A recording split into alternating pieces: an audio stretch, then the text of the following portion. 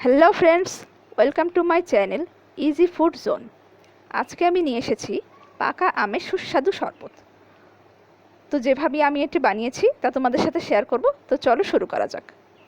প্রথমে আমি কয়েকটি পাকা আম নিয়ে নিয়েছি, আর এবারে আমি আমগুলোকে পরিষ্কার পানিতে ধুয়ে নেব আর সুন্দর করে স্লাইস করে নেব। তো এভাবে আমি সুন্দর করে স্লাইস করে নিয়েছি, আর এভাবে একটি ছাঁকনির মাধ্যমে চিপে আমি রসটা বের করে নিচ্ছি।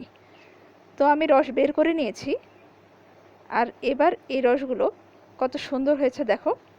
আমি চামচের মাধ্যমে নেড়ে দেখাচ্ছি। আর এবার এটাতে আমি ঠান্ডা পরিষ্কার পানি মিশিয়ে নিচ্ছি। এবার এটাতে আমি এতে পরিমাণ মতো চিনি দিয়ে দেব। তো বন্ধুরা, তৈরি হয়ে গেল আমার সুস্বাদু পাকা আমের শরবত। তো তোমরাও চাইলে এভাবে বানিয়ে খেতে পারো।